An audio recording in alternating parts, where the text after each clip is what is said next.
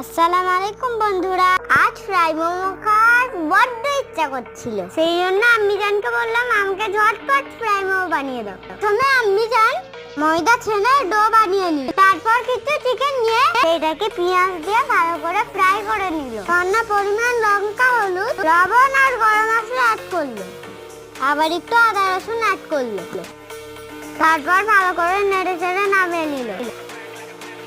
এদিকে ময়দার ছোট ছোট লিচি কেটে বেলে নিল, পর এর মধ্যে চিকেন গুলো দিয়ে সুন্দর করে মুড়ে নিল। পর সিদ্ধ করার পাটগুলোকে রেখে ডাস্টবিনে সিদ্ধ করে নিল।